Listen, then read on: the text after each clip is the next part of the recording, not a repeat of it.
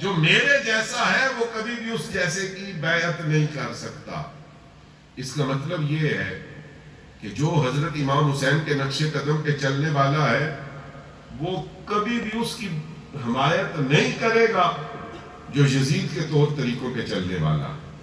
جو امام حسین کے نقش قدم پہ چلنے والا ہے وہ کبھی بھی شراب نوش کی حمایت نہیں کرے گا۔ جو امام حسین کے طریقے پہ چلنے والا ہے وہ کبھی بھی شراب فروش کی حمایت نہیں کرے گا۔ جو امام حسین کے طریقے پہ چلنے والا ہے وہ کبھی بھی غلط بندے کی حمایت نہیں کرے گا۔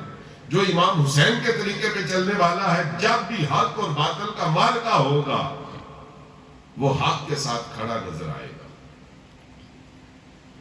اچھا، آپ نے یہ حق اور باطل کے معرکے سے یہ نہیں کہ بہت بڑی جنگ ہوگی تو اس وقت چلے ہم حق کا ساتھ دیں گے، نہیں، یہ حق اور باطل کے معرکے ہمارے گھروں سے بھی شروع ہوتے ہیں۔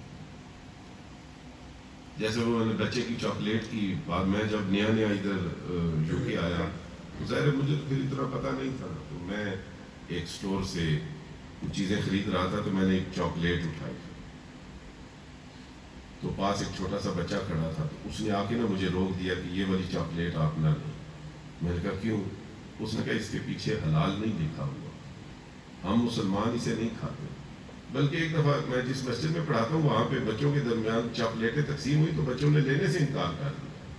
میں نے پوچھا کیوں؟ انہوں نے کہا یہ حلال نہیں ہے، یہ تو کوئی بندہ دے گیا ادھر ویسے ہی، تو اس کے پیچھے حلال نہیں لگا۔ ہمارے بچوں نے وہ چاکلیٹیں نہیں کھائی۔ حق اور باطل کا معرکہ یہاں سے شروع ہو جاتا کہ ہمارا بچہ بھی جانتا ہے کہ جس کے اوپر حلال کی مہر نہیں لگی وہ نجاست ہے، وہ غلاظت ہے، وہ گندگی ہے، ہم نے اسے دور رہنا ہے۔ فَاجْتَنِبُوا الرِّجْسَ، ہم نے اس سے بچنا ہے۔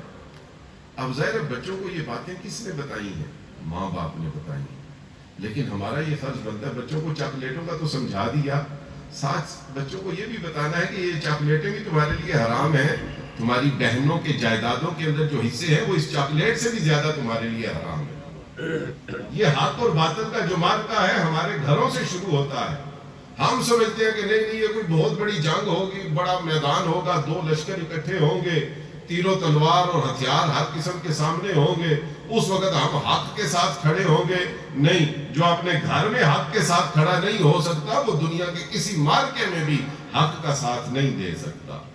جو حق اور باطل کے معرکے ہیں یہ ہمارے الیکشن میں بھی ہوتے ہیں، یہ ہمارے گھروں میں بھی ہوتے ہیں، اور حق اور باطل کے معرکے ہماری مسجدوں میں بھی ہوتے ہیں۔ عزیزان گرامی قدر، میں اگر آپ سے ایک سوال پوچھوں کہ اگر آپ کربلا کے میدان میں ہوتے تو